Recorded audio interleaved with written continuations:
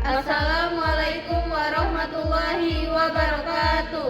Perkenalkan, kami dari kelompok 1 yang beranggotakan saya Nurizki Herdadinanti dengan ujung NIM 042, saya Dita dengan ujung NIM 045, saya Desya Rahmi Badriatullah dengan ujung NIM 009. Di sini kami akan membahas tentang penentuan kadar protein secara biuret. Penentuan kadar protein secara biuret. Tujuan dari pembelajaran ini yaitu mahasiswa mampu melakukan proses evaluasi diri terhadap kelompok kerja yang berada di bawah tanggung jawabnya dan mampu mengelola pembelajaran secara mandiri. Adapun teori percobaannya yaitu metode biuret digunakan untuk menentukan kadar protein berdasarkan reaksi spesifik antara ikatan peptida dengan ion Cu2+ dalam suasana basah. Saat larutan protein dicampur dengan reagen biuret CuSO4 dalam NaOH, terjadi pembentukan kompleks berwarna ungu karena interaksi ion tembaga dengan ikatan peptida.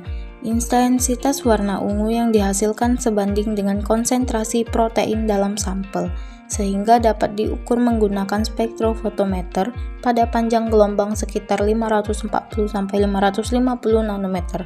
Metode ini sederhana, cukup sensitif, dan banyak digunakan dalam analisis biokimia untuk sampel makanan maupun biologis. Selanjutnya, adapun bahan yang digunakan yaitu larutan standar protein atau bovine serum albumin (BSA), reagen biuret, tembaga sulfat, natrium kalium tartarat, natrium hidroksida, kalium iodida, dan aquades. Sementara alat yang digunakan ada gelas beker, gelas ukur, pipet tetes, spektrofotometer. Selanjutnya ada prosedur percobaan yaitu persiapan membuat larutan standar protein atau BSA, yaitu siapkan 200 mg BSA ditambahkan 50 ml aquades.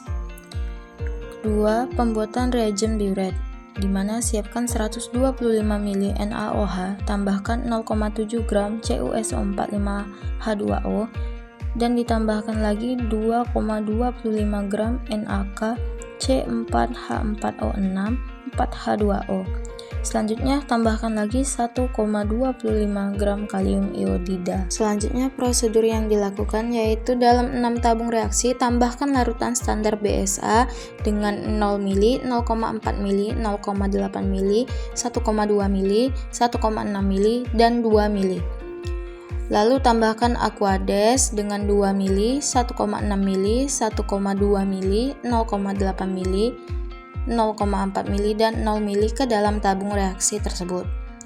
Setiap tabung reaksi ditambahkan 3 ml reagen biuret dan diamkan tabung reaksi selama 10 menit dalam temperatur ruang.